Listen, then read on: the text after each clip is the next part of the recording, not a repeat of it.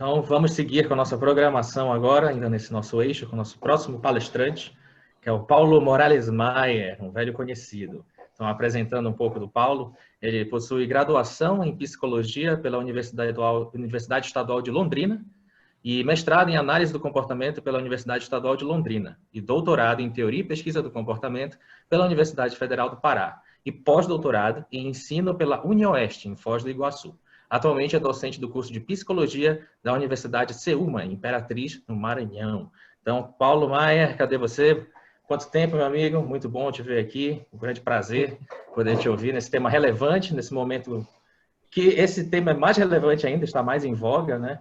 Então, sempre um prazer e um grande privilégio poder te ouvir. Então, a palavra é sua, fique à vontade e estamos aqui nos bastidores para qualquer coisa. Muito obrigado, Hernando, pela apresentação.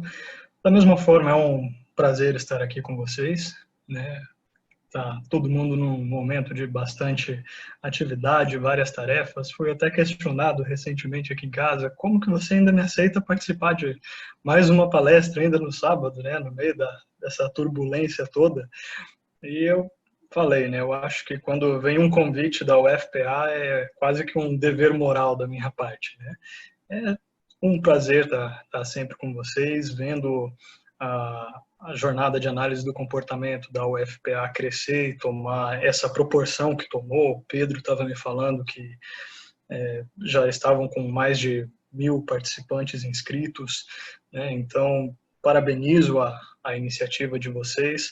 É uma honra participar com nomes de peso como esse que vocês conseguiram trazer, né? Deu para ver que ficou um ramo da BPMC propriamente dita, né? Então isso demonstra todo o empenho, né? E o carisma de vocês também de conseguir juntar profissionais das mais diversas linhas, das mais diversas áreas para trabalhar dentro de uma mesma temática e cada um distribuído no país inteiro, né? Então é bom ver que os contatos se mantêm, os interesses também, né? E então confesso, né, que foi uma grande surpresa, né, o convite e ao mesmo tempo um grande desafio, Hernando.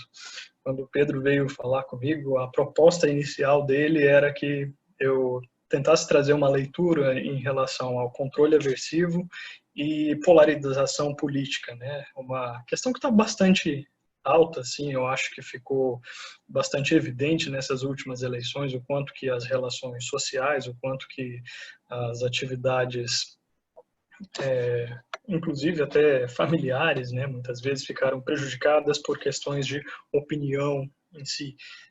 Casa bastante com várias coisas que foram faladas pela Maria Wang, né, em relação à questão de posições que muitas vezes as pessoas vão simplesmente reproduzindo determinados discursos. Achei fantástica essa aproximação feita em relação a intraverbais que não necessariamente expressam opiniões em si, né?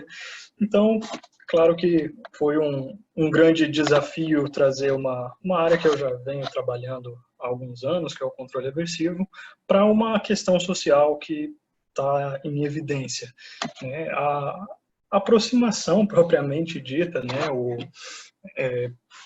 Fazer uma análise exatamente da forma com que o Pedro solicitou, infelizmente não foi uma possibilidade, né? Eu teria que me debruçar muito mais, refletir muito mais sobre várias questões, entender um pouco melhor determinadas contingências, e são aquelas contingências que a gente tem que analisar com muito cuidado, principalmente porque estamos envolvidos nela, né? Ela envolve elementos emocionais e as nossas análises têm que ser o mais isentas possíveis quando a gente percebe o impacto que ela pode ter sobre nós e sobre nossas relações propriamente ditas também, né? Mas confesso que eu gostei também dessa provocação, gostei da chamada e faz algum tempo, né, que a gente acaba muitas vezes se envolvendo mais com relações de trabalho e não volta naquela nossa literatura, naquele tema que nós temos um certo prazer em estudar propriamente dito, poder aprofundar e se atualizar ou rever algumas questões. Então, foi bastante estimulante, né, voltar a essa literatura. O material que eu preparei para vocês aqui, então, vai ser, pensando que a JAC, ela é um evento tanto para alunos de graduação quanto para público mais geral de profissionais, né, eu procurei trazer uma reflexão crítica em relação à própria questão do que é a agressividade, né, o que seria a agressão em termos comportamentais, ao mesmo tempo trazer uma reflexão sobre como que a gente pode pensar o controle aversivo, compartilhar com vocês algumas tendências, compartilhar com vocês algumas questões recentes que vêm sendo discutidas, né? E ao mesmo tempo também trazer algumas exemplificações de estudos dos mais clássicos ou mais curiosos em relação ao controle aversivo e à violência, de modo a incentivar que se estude mais essa temática. Digo que estudar controle aversivo não é uma atividade que muitas pessoas fazem, né? Lembro de um evento uma vez na UFPA mesmo, durante o período do doutorado, que teve uma professora, né, já nacionalmente conhecida, que veio até mim e o Marcos, que era o meu orientador na época, e nos questionou, né, mas vocês ainda pesquisam sobre isso? Né, como se falasse nesse sentido de o Skinner já não trouxe basicamente o que a gente precisava sobre controle aversivo, né, e a gente considera que não. A gente acha que Skinner teve ótimas contribuições, teve análises muito interessantes, que até hoje a gente consegue utilizar muitas coisas, mas ao mesmo tempo tem bastante coisa em aberto, né? Tem vários estudos que colocam em questionamento algumas posições mais específicas sobre o controle aversivo. Então, eu quero trazer um pouco de quão estimulante é pesquisar essa área, né? E como que ela pode ajudar a gente a compreender alguns desses fenômenos sociais.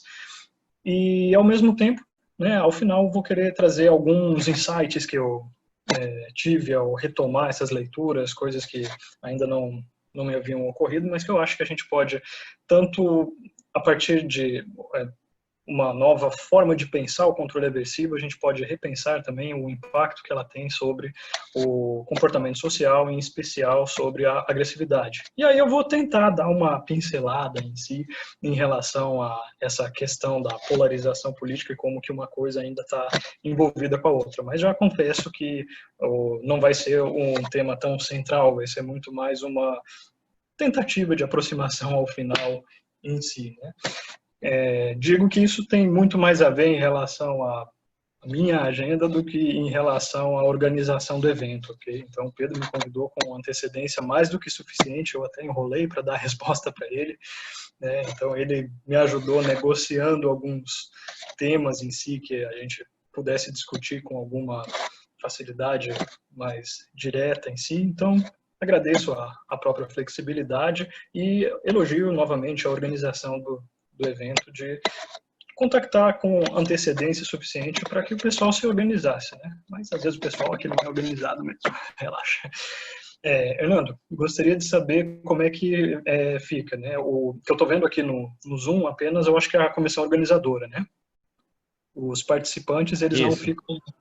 Aqui pode compartilhar a tua tela, né, para mostrar os slides lá no share screen. E vai seguindo. Aí no final a gente entra com as perguntas e comentários, né? Ao final da tua fala. Beleza. Os participantes eles estão seguindo só pelo YouTube, então. Só pelo YouTube, sim. Aqui são os bastidores. Tranquilo, rapaz. Mas isso aqui já está sendo transmitido direto na live, né? Sim, já está tudo ao vivo. Beleza. Não falei nada inconveniente ainda, tá bom. Ainda não, mas tem tempo. Tem tempo, né? Ok.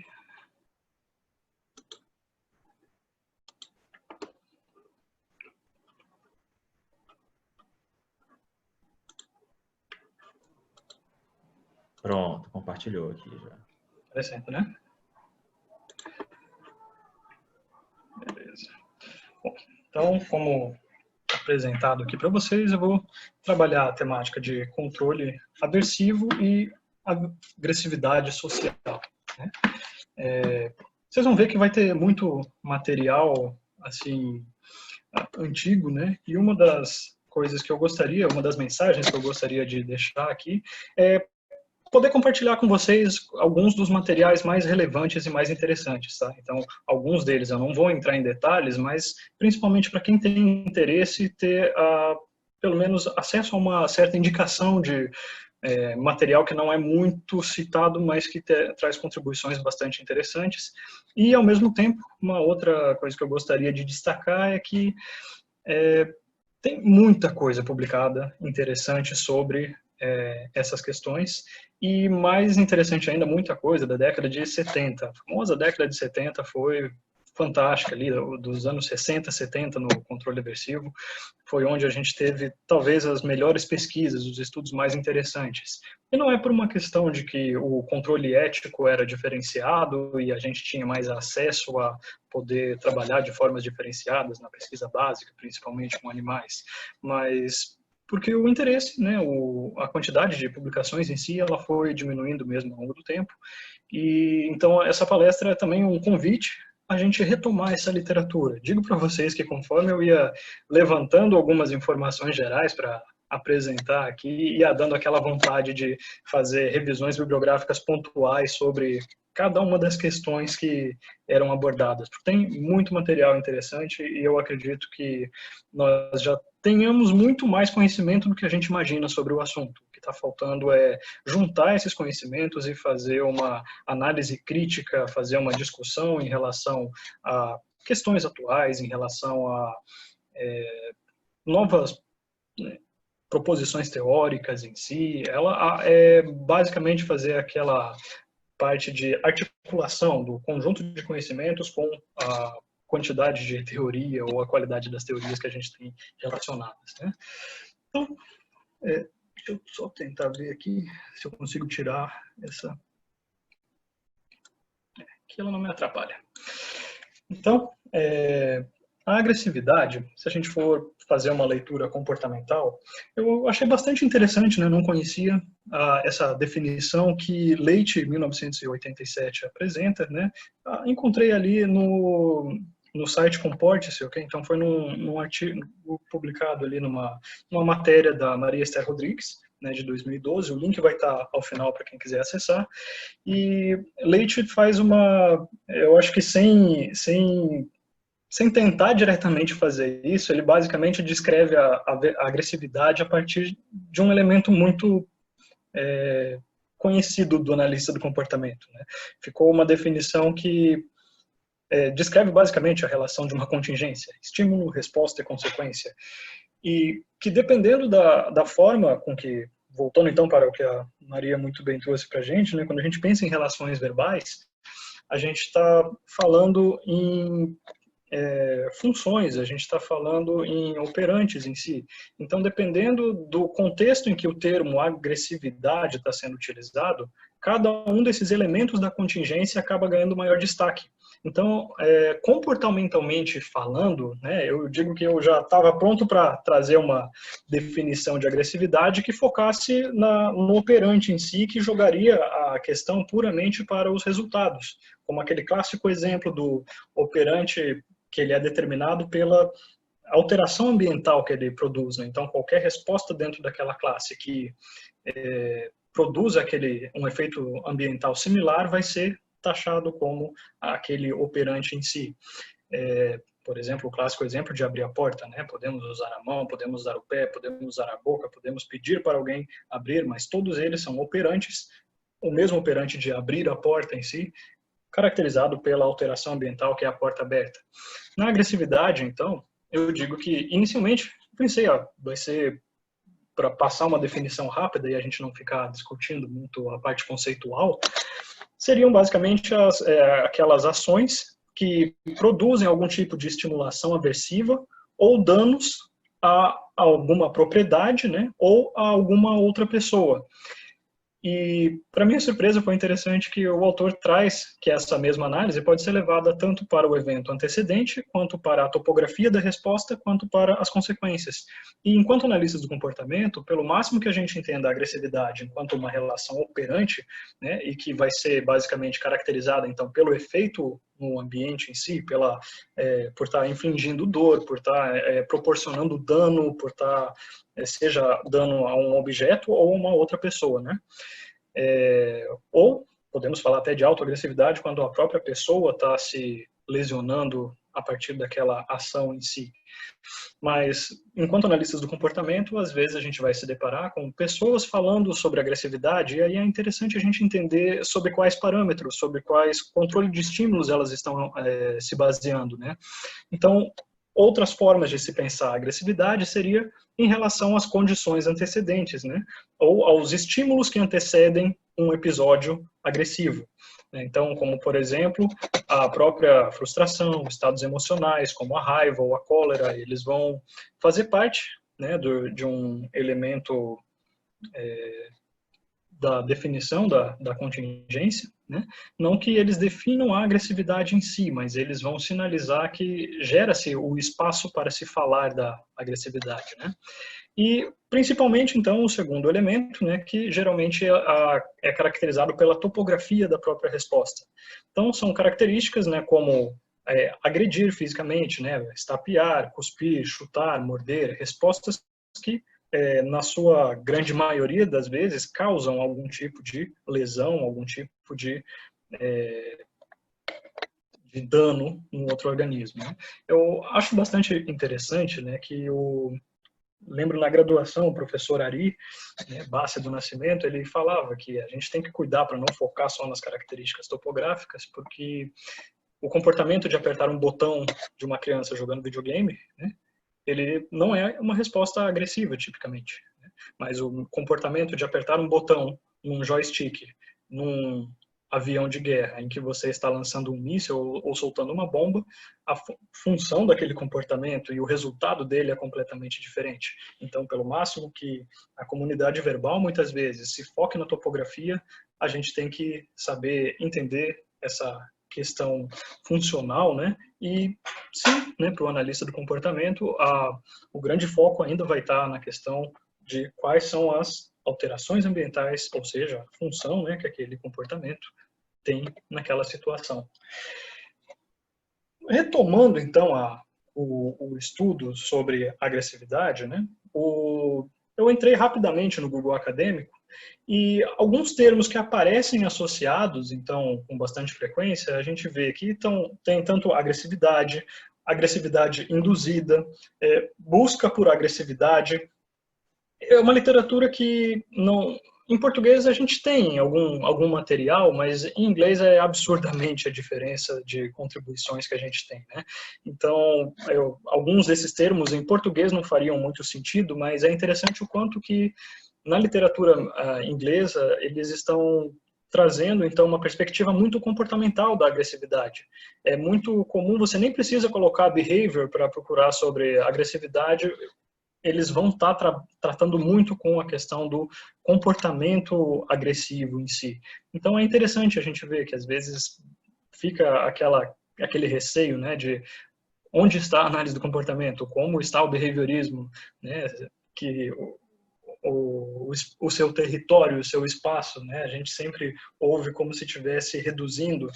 Eu gosto muito de um texto do Rodger, eu acho que de 2008, que ele fala justamente que a análise do comportamento e o behaviorismo, enquanto uma instituição em si, ela, de fato, parece que tem perdido um pouco de território, mas enquanto postura científica, talvez ela tenha sido a postura que, de fato, é a mais comum, né? É a que ganhou boa parte do território na psicologia, no sentido de que ela afirmou essa perspectiva crítica da gente observar as ações, da gente descrever as ações com mais detalhes, da gente ver o contexto em que elas estão acontecendo.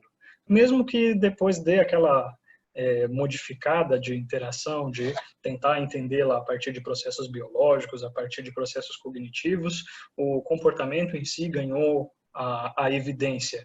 E o que eu acho interessante nessa questão é que para analistas do comportamento, mesmo que o autor não esteja fazendo uma análise comportamental, ele te fornece os elementos que você precisa para fazer essa análise, né? Então, eu acho que hoje, se a gente fosse pensar a análise do comportamento num contexto mais contemporâneo, né, as análises estão deixadas para que a gente faça, mas a gente vê, acho que a fala da Maria, mais uma vez, trouxe um pouco disso, de que alguns autores não são analistas do comportamento, mas falam com a sua própria linguagem em termos funcionais, em termos operacionais, de uma forma muito parecida, né? Então, mesmo que a gente não ache tanto estudo analítico comportamental sobre agressividade, tem muitos estudos que trazem todos os elementos que a gente precisa para entender uma boa contingência, para fazer uma análise funcional da situação, né? Então, alguns termos, né, é interessante quando a gente pensa essa questão do aggression seeking, né, coisa que em português a gente não teria,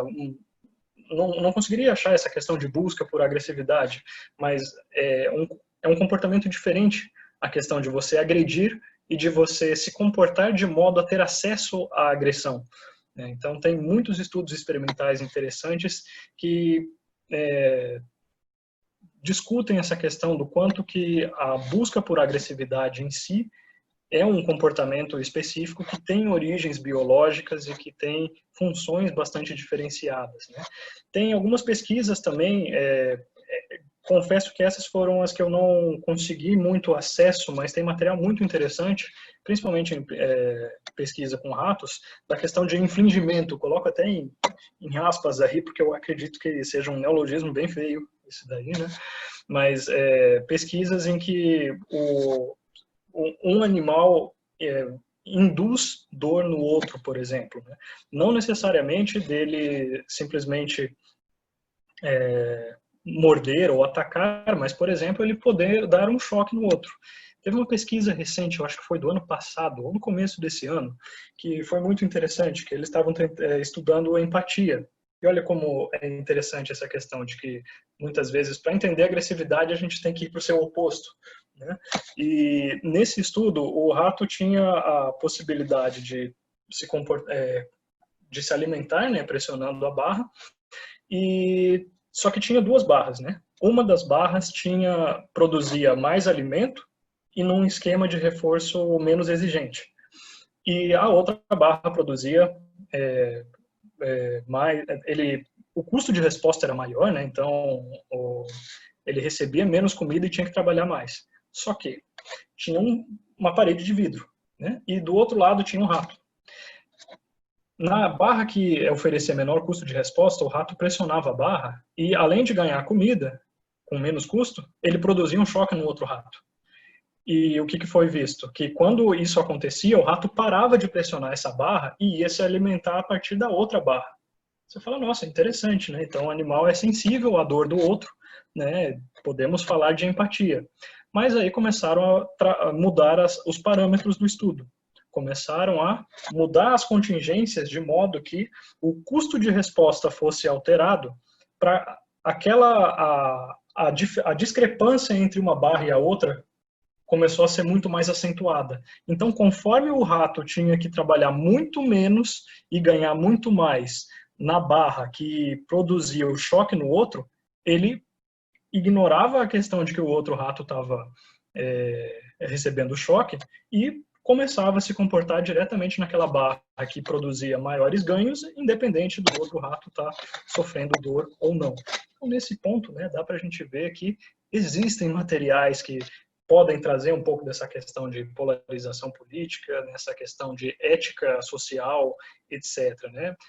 Mesmo que você fale, Paulo, isso daí é uma pesquisa com ratos, né? A gente vai ver um pouquinho mais adiante que algumas pesquisas que comparam os parâmetros de agressividade que levam um animal a agir agressivamente não são tão distintos daqueles que levam um ser humano a agir agressivamente. Relações verbais, com certeza, vão influenciar muito, elementos culturais, com certeza, vão interferir, a gente não pode fazer uma tradução direta, né? Mas a gente pode ter uma identificação de variáveis acumuladas, ok? Da quantidade de parâmetros que a gente já conhece na pesquisa animal que induzem relações de agressividade, o quanto delas que, por exemplo, estariam presentes em determinadas situações relacionadas ao convívio social, à política e à economia, que nos levariam a estar num estado de alerta, sabendo que as pessoas estariam muito mais propensas a agir agressivamente, né? Dentro dessa literatura, né, eu fui basicamente jogando ali, assim, agressividade induzida, por exemplo, né, e a lista começa a ser gigante, né? O que pode, quais elementos antecedentes que estariam relacionados à indução de respostas agressivas? Então foi encontrado álcool, foi encontrada a questão da situação de isolamento, foi encontrada a situação de rejeição, a questão de contato com choque, diferentes tipos de drogas e hormônios, gravidez, inclusive, aqui, né? Alguns estudos mostrando como que a progesterona, né, estaria relacionada ao aumento de agressividade. E lembra, a agressividade, ela não precisa ser apenas física, né? Tem agressividade verbal também, mesmo que o dano não seja diretamente observável, né, mas que seja um tipo de estimulação aversiva ao qual você está expondo aquela pessoa. E a gente identifica que essa estimulação é aversiva a partir de basicamente 2 parâmetros. Ou a pessoa se afasta daquela situação, ou a pessoa muda a forma que ela está interagindo com você, daquele modo que ela estava interagindo, ela para e começa a agir de outra forma, ou o que muitas vezes acontece, e aí a gente já começa a falar de episódios sociais mesmo, né, de ela revidar essa agressão. Então, a gente não estaria falando aí de uma perspectiva hedônica ou de uma perspectiva cognitiva de aversividade, ok? E é interessante, então, que quando eu estou falando essa questão da gravidez, é porque, tipicamente, né, a gente imagina que a agressividade estaria relacionada à testosterona, né? Muito se fala sobre isso. Ela tem o seu efeito? Tem. Mas aqui a gente vê que a própria progesterona também, né, e o estrógeno, eles estão relacionados, sim. E a gente vai ver um pouquinho mais para frente de que modo isso daí altera a relação de agressividade, né? Tem outros eventos que induzem, por exemplo, a agressão, né? São esquemas de reforço. E a gente fala, caramba, né? Enquanto está com choque, eu entendo. O cara deve estar falando de extinção, ele deve estar falando de punição, ele deve estar falando de choques incontroláveis, imprevisíveis, né? Mas em esquemas de reforço, sim, a gente vai ver algumas pesquisas que mostram que esquemas de razão fixa, por exemplo, induzem a respostas de agressividade de uma forma muito similar ao que aconteceria em contingências punitivas, por exemplo. Outros estudos apontando o efeito do estresse como indutor de agressividade, privação como indutor de agressividade, extinção como indutor de agressividade.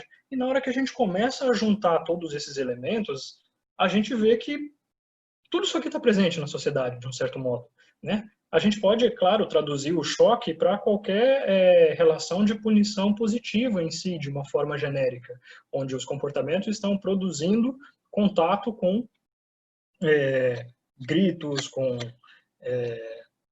xingamentos, com qualquer tipo de, ou pode ser agressões físicas em si, né? Então, a pesquisa básica, sim, ela traz muitos elementos que mostram que boa parte dessas questões estão em evidência. Se a gente pega, por exemplo, a questão de que tem muitos estudos mostrando o efeito do isolamento no aumento da agressividade, a gente começa a pensar a própria questão pública de tem vários locais registrando, né, o aumento da violência doméstica durante o período de pandemia. Então, não é só a própria questão da qualidade das relações que já eram estabelecidas antes, mas a própria situação de isolamento em si aumenta o risco de agressividade. Então, são várias coisas, lendo rapidamente a pesquisa básica, que ela vai trazendo certas dúvidas e gerando certos insights de coisas que a gente poderia começar a pesquisar, que a gente poderia começar a tentar entender, né? E esses estudos, basicamente, foram realizados com pombos, com ratos, com peixes, com macacos, com humanos, né? E todos eles, de um certo modo, têm muitos elementos em concordância, né? Vamos pensar, então, qual seria o papel da agressividade pensando na nossa biologia em si, pensando na evolução das espécies, né? De uma forma bem rápida, assim, de passagem, a gente pode fazer uma análise dizendo que a agressividade ela tem um forte elemento de proteção à integridade física em situações de confronto. Então vamos imaginar um animal, ou podemos pensar até o ser humano na sua forma mais primitiva, né, antes do advento da linguagem, basicamente, podemos pensar naquela situação em que ele está numa situação, seja ele sendo atacado por um outro indivíduo da mesma espécie, ou ele sendo atacado por algum animal. Então, eventos de um modo geral que causem dor, né, vão causar, podemos falar de várias cadeias de reações aí, mas uma cadeia-chave que vai acontecer é a alteração de estados emocionais. Podemos pensar aí em operações motivadoras, por exemplo, né, que vão deixar o indivíduo numa situação muito mais propensa a produzir dano ou a sair daquela situação em si. Mas a situação de confronto, vamos pensar assim, basicamente o elemento nocivo dela, né, é a própria dor que fica pareada com a situação de ameaça. Então, claro que em situações futuras, as situações pareadas com elementos que causaram dor já vão, em si, ter a possibilidade de eliciar respostas emocionais ou físicas mesmo em si, né, de confronto àquela situação. E aí entra situações bastante interessantes, né, como a gente pensa que um indivíduo que contra-ataca algo que lhe causa dor tem menor chance de continuar sendo atacado. Então a gente já tem sim um preparo biológico para agir com agressividade frente a estímulos que nos causam dor. Algumas situações a gente vai aprender que você não vai poder revidar aquela situação, mas você vai ter que se afastar daquela situação. É o próprio mecanismo lá do luta ou fuga, o fight or flight, né? E uma outra grande função dentro da evolução, né, seria a questão da manutenção e acesso a diferentes recursos. Então, o uso de violência, o uso de agressividade é necessário para que você consiga caçar, por exemplo, outros animais.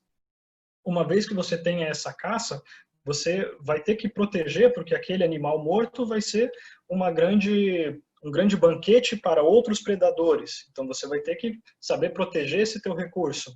Outros indivíduos da tua mesma espécie vão, por exemplo, disputar com você certos territórios onde você tenha mais acesso à água, à plantação, a diferentes recursos favoráveis à própria sobrevivência. Então, a agressividade, né, dentro da história da nossa espécie, ela produzia uma vantagem de sobrevivência. E nisso, ela vai deixar algumas marcas, né, fazendo com que, a partir da nossa filogênese em si, a gente já seja sensível a determinados eventos, como coloquei aí, por exemplo, então, a questão da dor, e no slide anterior a gente viu vários outros elementos que são condições antecedentes que parece que induzem respostas ou aumentam a probabilidade de respostas agressivas, e também um conjunto de padrões, reflexos de ação do próprio indivíduo, de como reagir a certas situações. Então a gente vai começar a separar um pouco mais ali para frente o quanto que a gente vai explicar a própria agressividade por respostas reflexas e por respostas operantes, né? E o quanto que o indivíduo, de um certo modo, ele não tem apenas um conjunto de respostas de reação de modo agressivo ao mundo, mas ele também tem uma sensibilidade ao dano que é causado, né? Então não é uma sensibilidade ao dano que é causado nele, mas ao dano que é causado no outro. E tem estudos demonstrando que isso em si é um evento reforçador natural da espécie, ok? E aí a gente começa a ver o quanto que é um tema bastante complexo e um tema que existe sim, então, alguns estudos demonstrando como o dano causado ao outro pode ser um reforçador positivo e pode manter comportamentos em diferentes esquemas de reforço, seguindo o mesmo padrão da forma com que se fosse um alimento, uma pelota de ração em si, né? Hernando, como eu sei que tem várias coisas que de repente podem ir gerando dúvidas, assim, você prefere que, se o pessoal tenha dúvida, vá me passando ao longo ou deixa tudo para o final mesmo?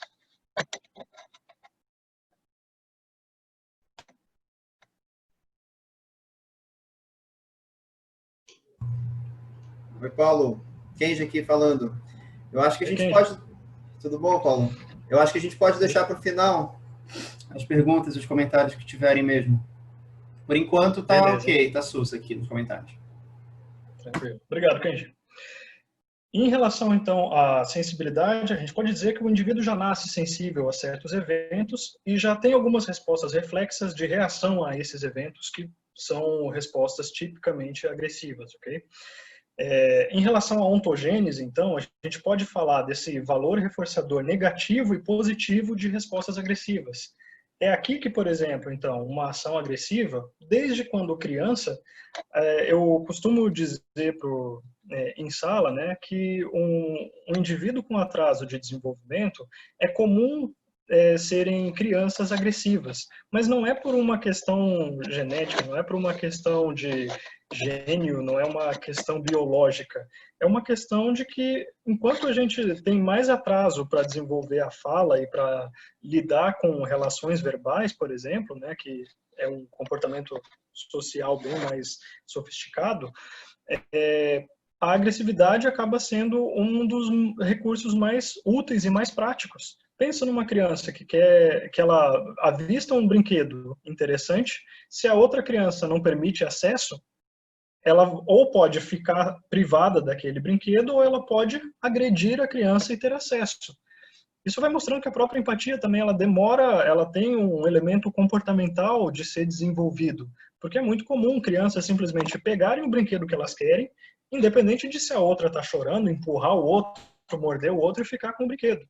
Olha que reforçador que vai ser isso, né? Você vai ter acesso àquilo que você não tinha agindo de uma forma agressiva. Então, existem certas contingências que a gente vai aprendendo que a ser agressivo te permite acesso a coisas que são reforçadores, né, que são menos acessíveis, e ao mesmo tempo te afasta de situações que são chatas, maçantes ou potencialmente aversivas em si.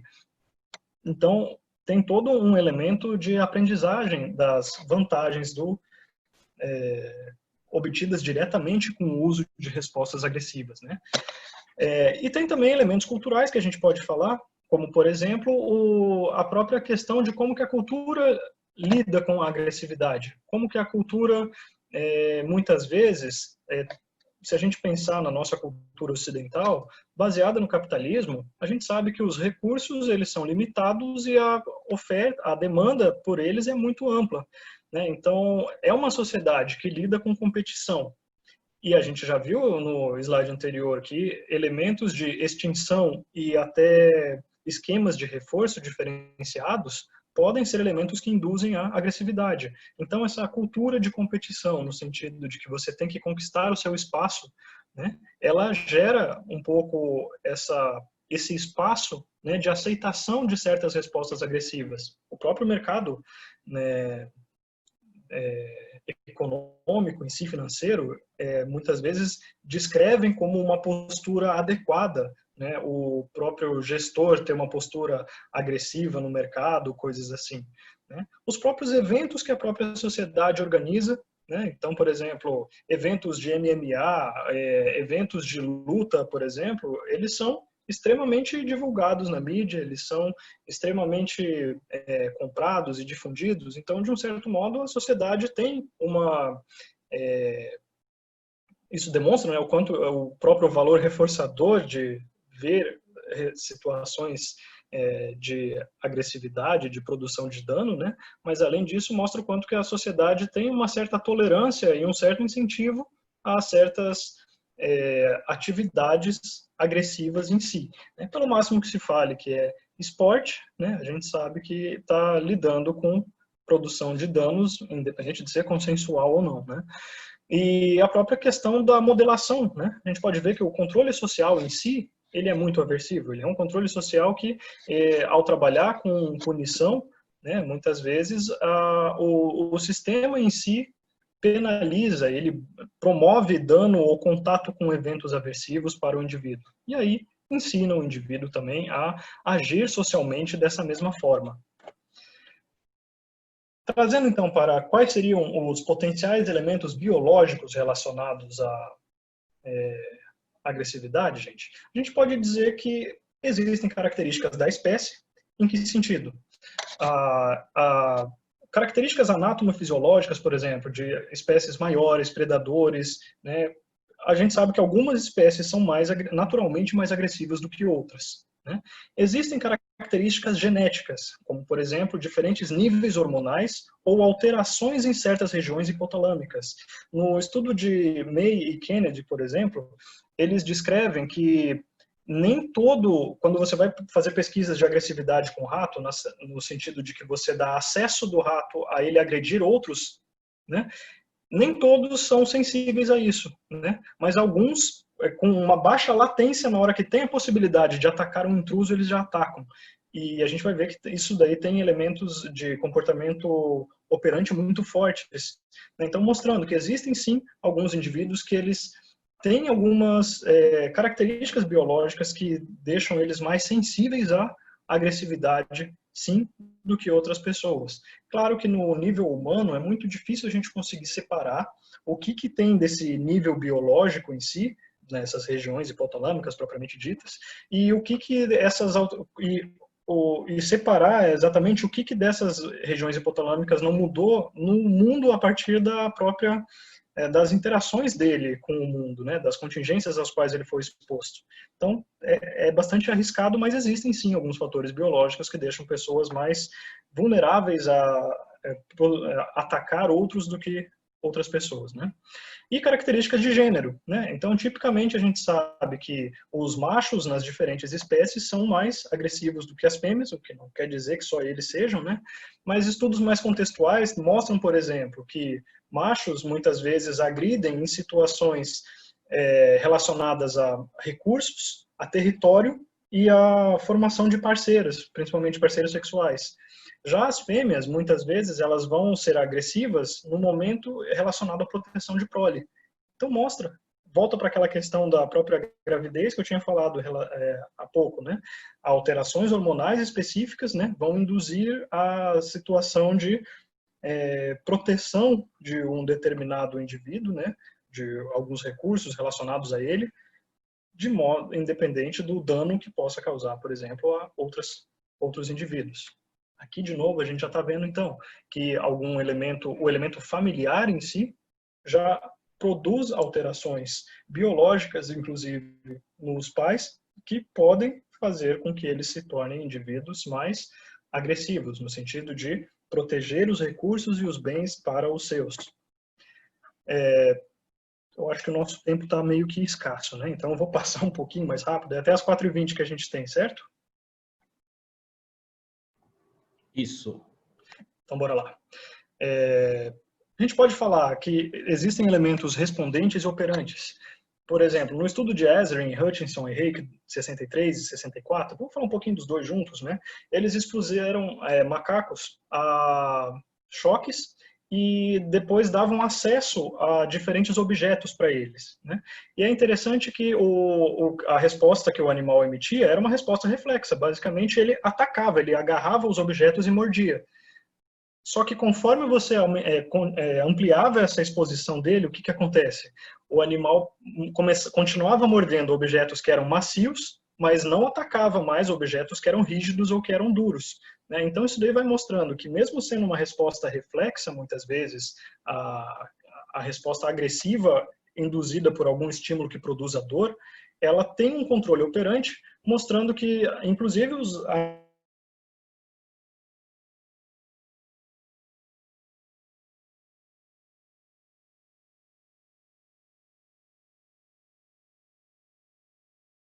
atacar outro rato que seja maior do que ele, ou ele vai para ele.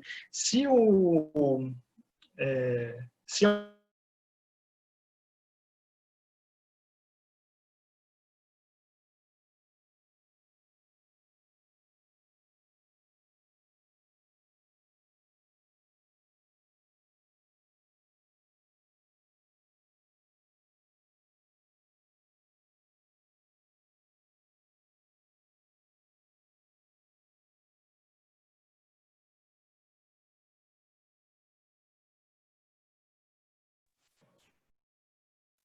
okay. Eu acho que isso era o aviso aqui que eu devia estar parando, né, Kenneth? Caiu, mas voltou agora. Tá. Hernando, então eu vou pular boa parte desses experimentos, eu vou deixar os experimentos ali para o pessoal depois entrar em contato, se quiserem, e vou lá para aquela parte final, onde eu acho que tem algum insight, alguma contribuição, alguma coisa nova, tá bom?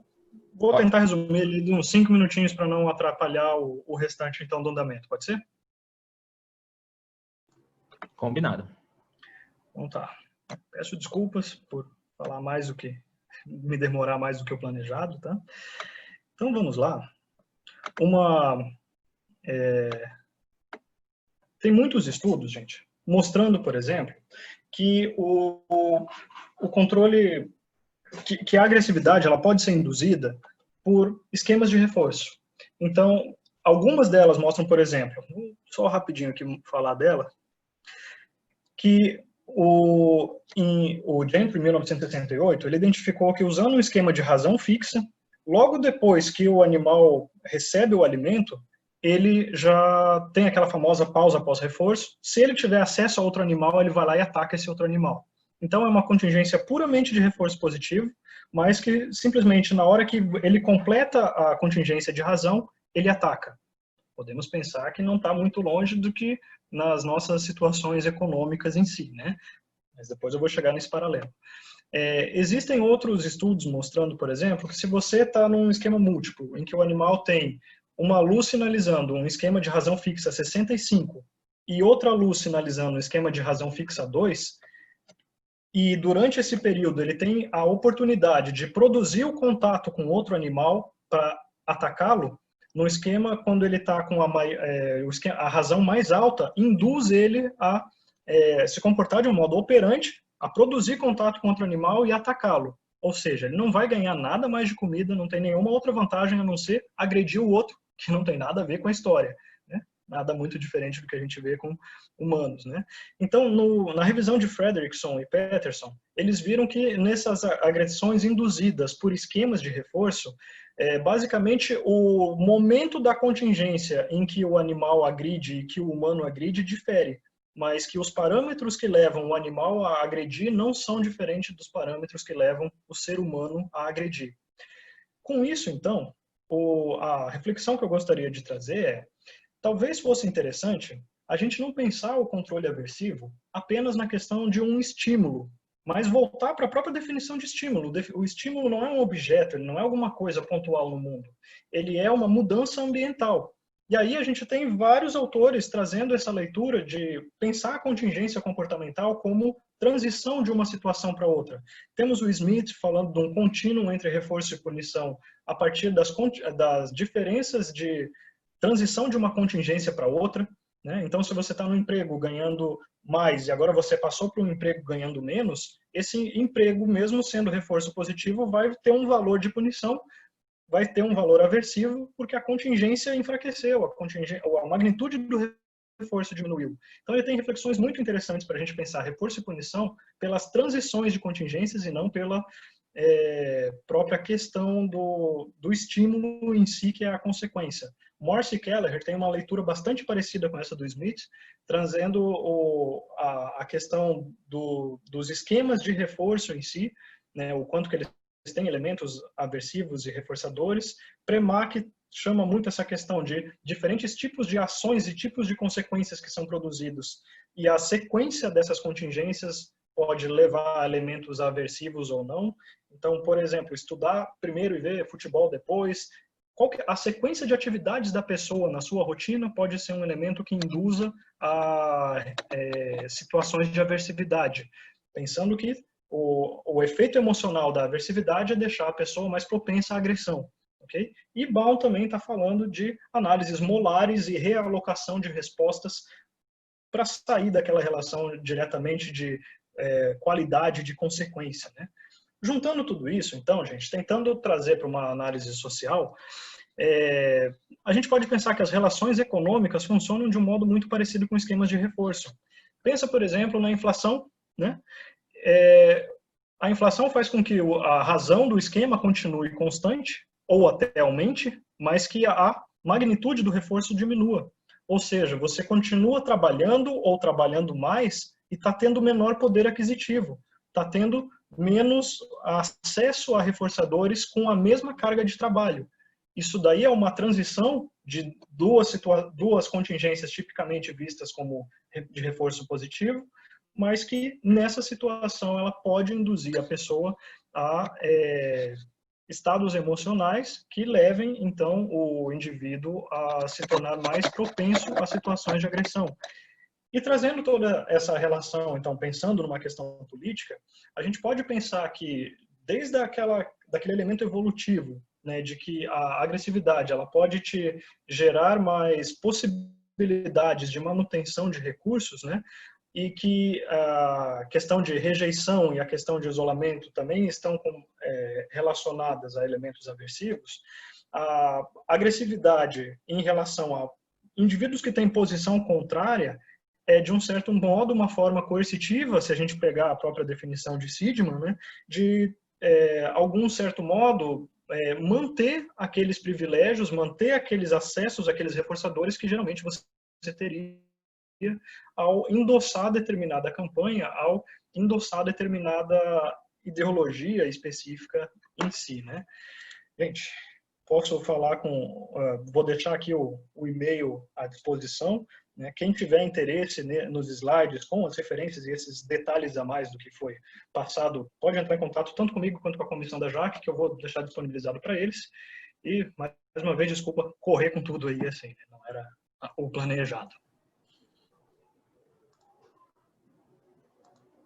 Muito bom, Paulo. Excelente apresentação. Só vou te pedir para te compartilhar a tua tela com o e-mail, que não estava compartilhando agora no final, para o pessoal entrar em contato, que teremos muitas perguntas, certamente, e o nosso tempo já está meio curto, então certamente vai ter gente te mandando e-mail.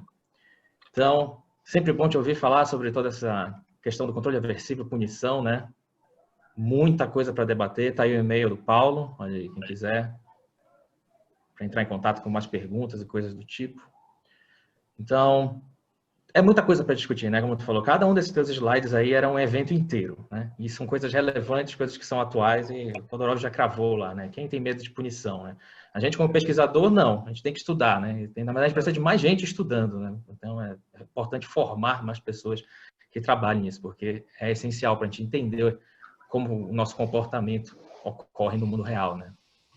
Ok, gente? Temos perguntas, comentários aí, uma rodada final rápida. Gente, pessoal, boa tarde para todo mundo. Parabéns, Paulo, pela palestra. Estou aqui no YouTube. Tem muitos alunos teus, Paulo, falando aqui, professor Paulo, vários coraçõezinhos, a Alana Patrícia, simplesmente o melhor, te dando parabéns. A Sara Caran falando aqui, meu professor. Padrões... Eles iam perder um ponto se não participassem. Funcionou. Presença massiva aqui dos teus alunos. Padrões de comportamento, deixou de ser empático, acho que algum comentário que tu fizeste. A Vilna Alves, falando aqui, professor Paulo, coraçõezinhos também. A Geisa Gabriela, te parabenizando, que é tua aluna também. Max Lima, Gisele Fernandes. A Sônia Médicos, falando aqui que é muito bom, que tu falaste, que é um tema complexo mesmo, né? Enfim, mais comentários elogiosos mesmo. O Djalma Cavalcante aqui falando que tu é um professor top. E a galera curtiu, Paulo. Parabéns novamente pela tua palestra. O Pedro Augusto Cabral aqui está falando que tu é o professor favorito dele. Beleza, Kenji. Valeu. Então, muito bom. Muito obrigado por a palavra. A Jambu agradece aqui também, ó. Muito obrigado, Paulo. Um privilégio poder te ouvir. Trouxe muitos insights, muitas colaborações interessantes para a gente. Então, vamos seguindo com a nossa programação. Valeu, Paulo. Nos encontramos pela estrada. Obrigado, Paulo. Valeu, Kenji. Abração a vocês. Parabéns pelo evento. Valeu.